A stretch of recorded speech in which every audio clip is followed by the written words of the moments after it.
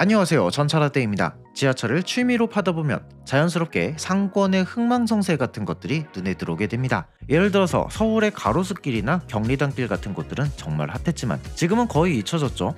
몇 년 전부터 성수동이 핫플레이스가 되면서 지금까지 유지하고 있는 중이고요. 핫보다는 힙하다고 해서 힙당동이라는 별명이 붙은 신당동이 있습니다. 신당동 하면 떡볶이가 제일 유명한 거 아니냐고요? 축하합니다. 최소 저와 동년배시네요. 신당동은 생각보다 넓습니다. 버티고개부터 시작해서 청계천까지 서울 성곽동 쪽이 다 신당동인 셈인데요. 이번 영상에서는 신당역 그리고 그 주변의 이야기를 해보려 합니다. 우선 신당동이라는 이름부터 한번 보죠. 한자로는 새로운 신의 집당, 새로운 빌딩이란 뜻입니다. 어떤 크고 유명한 건물 때문에 이런 이름이 붙었을 것 같지만 그거는 아닙니다. 이 이름은 일부러 바꾼 이름이에요. 신당역 한정거장 전에 있는 동대문 역사문화공원역 3번 출구역 을지로와 퇴계로가 갈라지는 삼거리에 광희문이라는 문이 있습니다. 여기가 신당동의 서쪽 경계인데요. 이름이 비슷한 광화문이 있다 보니 광희문이라고 이렇게 써놓으면 오타 아니에요? 라는 댓글이 달릴 법하죠. 서울 도성에는 4개의 대문과 4개의 소문, 총 8개의 성문이 있었는데요. 이 중에서 광희문은 남소문에 해당됩니다. 이 문의 역할이 좀 독특했는데요. 광희문은 서쪽의 서소문과 함께 서울 도성 안에서 발생한 시신을 성 바깥으로 실어내는 통로였습니다. 그래서 광희문의 별명 중 하나가 시구문, 시신이 드나드는 문이었을 정도죠. 그러다 보니 문 바깥쪽에는 망자들의 넋을 기리기 위해서 무당들이 자리 잡게 됐습니다. 이 무당들의 거처, 신을 모시는 당집이 많다고 해서 이 일대가 신당이라고 불리다가 갑오개혁 때 신당의 앞글자를 귀신신에서 새로운 신으로 한자만 바꿔서 표기하게 된 거죠. 그래서 지금도 신당역 주변에서는 이렇게 흰색과 붉은색 깃발을 여전히 쉽게 볼 수 있습니다.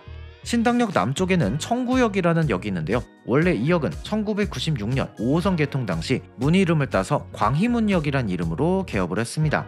원래 이곳 주민들은 구청을 통해서 역 이름을 청구역으로 요청을 했었는데요. 서울시 지명위원회가 광희문역으로 정한 거죠. 주민들이 광희문역이란 이름을 문제 삼았던 건 이런 이유였습니다. 같은 노선 겨우 4정거장 떨어진 곳에 광화문역이 있어서 혼동할까 싶고 문의 위치도 이 역이 아니라 동대문 운동장역, 지금의 동대문 역사문화공원역에 가까우며 앞서 얘기했던 광희문의 특수한 역할 때문에 이 문에 대한 인식이 좋지 않아서였기도 했습니다. 결국 개통 몇 달 만인 97년 3월 주민들의 요구대로 청구역으로 이름을 바꾸게 됐죠. 지금도 이 문은 큰 도로 바로 옆에 있지만 유독 존재감이 없는 편입니다. 신당역이 처음 생긴 건 1983년 2호선 을지로 입구역에서 성수 구간에 개통되었습니다. 인접역과의 역간거리 때문인지 신당역은 사거리 쪽이 아닌 서울중앙시장 쪽에 역을 만들게 됐는데 나중에 생긴 6호선은 서쪽의 다산로를 따라 사거리 쪽에 건설되면서 환승거리가 제법 멀어졌죠. 환승통로에 무빙워크가 있기는 하지만 2호선 승강장에서 한층 올라가서 무빙워크를 지난 다음 다시 내려가야 하는 구조라서 환승이 편하게 느껴지진 않죠. 심지어 6호선 승강장이 많이 깊은 편이라서 더 길게 느껴집니다. 2호선이나 6호선 모두 환승하는 계단 따로, 출구로 나가는 계단 따로이기 때문에 아무 생각 없이 올라갔다간 다시 내려가는 불상사가 생깁니다. 두 역사는 위치상 떨어져 있기도 하지만 대합실도 완전히 분리되어 있어서 게이트 바깥에서는 물리적으로 이어져 있지 않습니다. 만약 2호선에서 내렸는데 6호선 쪽 출구로 나가고 싶다면, 특히 신당동 떡볶이 골목 쪽으로 간다면 환승통로와 6호선 승강장을 경유해서 가는 것보다 그냥 2호선 1번 출구나 4번 출구로 나간 다음 지상에서 걸어가는 게 훨씬 간단하고 빠릅니다. 6호선 전 구간을 개통했을 때 신당역의 환승통로는 공사가 끝나지 않아서 환승이 불가능했던 적이 있었습니다. 이것도 IMF의 여파였다고 하는데요. 2호선과 6호선 신당역은 각각 승차와 하차는 가능한데 두 역 간의 환승은 불가능한 상태로 운영이 됐었고요. 계절이 2번 바뀌고 2001년 8월 3일에 환승통로가 문을 열면서 비로소 환승역이 됐습니다. 그런데 지금은 지하철 2호선과 6호선 환승역인 신당역에 원래는 지하철이 하나 더 들어올 예정이었습니다.